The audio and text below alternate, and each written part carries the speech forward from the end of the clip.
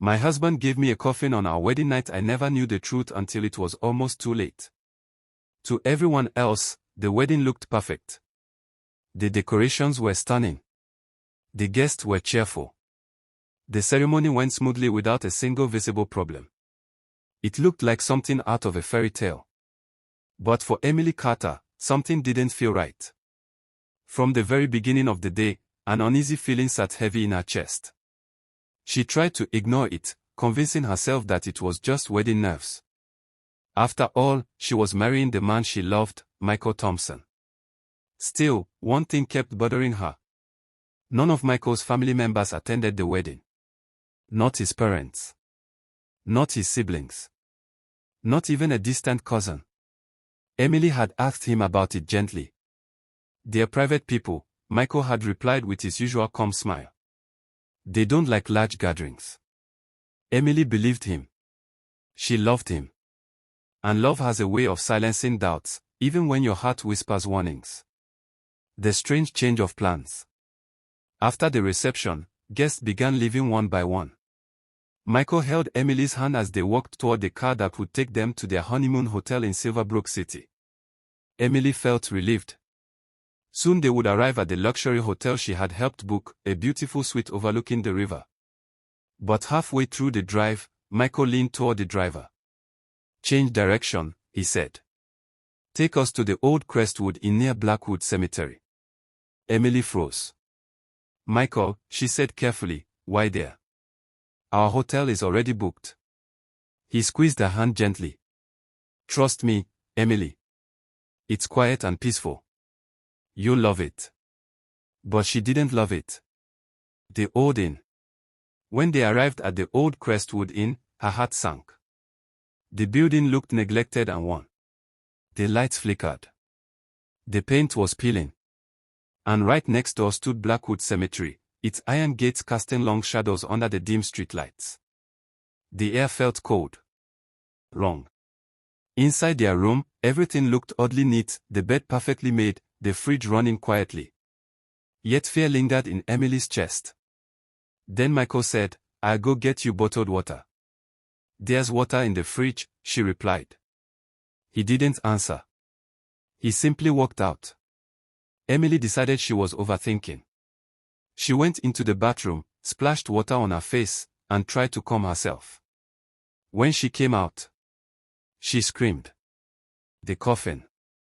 Michael stood in the middle of the room, holding a red coffin. Her entire body trembled. "I thought you left." "I locked the door." "How did you get back in? And what is that?" His eyes were different now. Cold. "This," he said calmly, "is your wedding gift, my beautiful wife." Her blood ran cold. Before she could react, he placed the coffin on the bed with a heavy thud. "Get inside," he ordered. "What?" "It's a tradition in my village of Raven Hollow," he explained. "On the wedding night, the bride must lie inside a coffin for 5 minutes. After that, we can enjoy our honeymoon." Everything suddenly made sense. The missing family. The strange hotel. The location near a cemetery. She had not married a normal man. "No. I can't," she cried, turning toward the door. Michael locked it. Then he turned off the lights. "You're not going anywhere." The coffin creaked open. "If you want us to be together tonight," he said coldly, "you must get inside." When she tried to run again, he pulled out a penknife. "If you refuse, I'll kill myself," he threatened. "And everyone will believe you murdered your husband on your wedding night. You have 60 seconds. Her heart pounded violently. Her body felt frozen. Slowly, trembling, she walked toward the coffin. Every instinct screamed at her to run. But fear overpowered her. She lay inside. The lid slammed shut. Buried alive. Emily screamed and pounded against the lid. Outside, Michael laughed. It wasn't joyful. It was cruel. Then she heard another man's voice. "So it's done?" the man asked. "Yes," Michael replied proudly.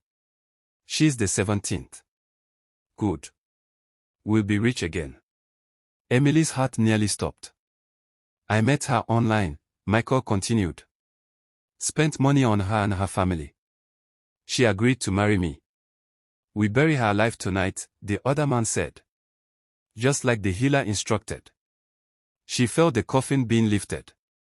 Placed in a car trunk. Driven somewhere. She prayed desperately. Finally, the car stopped. She heard digging. Soil hitting the ground. They dropped the coffin into a grave. Cover it, Michael said. Her hair felt thin. Her throat burned. Sweat soaked her dress. Then, a loud voice shattered the night. Drop the shovel. Bright headlights flooded the cemetery. Police sirens screamed. The rescue. Police officers surrounded them with guns raised. Michael dropped the shovel. From behind the officer stepped Robert Carter, Emily's father. His face was filled with fury and fear. I knew it, he said. I knew you weren't right. Earlier that night, Robert had felt uneasy. When Emily's phone location stopped moving at Blackwood Cemetery, he rushed to the police. They tracked the signal. They arrived just in time. Open the coffin, an officer shouted. The police pulled it from the grave and forced it open. Emily gasped for air as she was lifted out. Her father wrapped her in his arms, crying. You're safe now. Michael was arrested along with his accomplices. Later investigations revealed they had murdered 16 women before her, marrying them for financial gain and burying them alive as part of a twisted ritual for wealth. Michael received life imprisonment. His accomplices were sentenced to long prison terms. Justice was served. Healing. But survival did not erase trauma. Emily moved back into her father's home in Willow Creek Town. She couldn't return to the house she once shared with Michael. She began therapy. Nightmares haunted her. The sound of laughter. The darkness of the coffin. The feeling of suffocation. But slowly, with time, support, and counseling, she began to heal. She learned to trust herself again. She rebuilt her life. She focused on her career. She strengthened her relationship with her father. She learned self-worth. She realized love without trust, respect, and transparency is not love at all, it is danger disguised as affection. Moral lessons of the story. Trust your instincts. When something feels wrong, it often is. Ignoring red flags can lead to devastating consequences. Love is not enough. A healthy relationship requires trust, honesty, and respect. Without them, love becomes manipulation. Never ignore red flags. Secrets, isolation from family, and strange behavior should never be dismissed. Seek help immediately. If you sense danger, speak up. Reach out. Ask for support. Surround yourself with people who truly care about you. Emily survived because her father trusted his instincts and acted quickly. No one has the right to control or threaten you. Emotional manipulation and fear are forms of abuse. Walking away is strength, not weakness. Leaving a toxic relationship may be painful, but it can save your life. Thanks for watching. Please like, share, comment, and subscribe to my YouTube channel.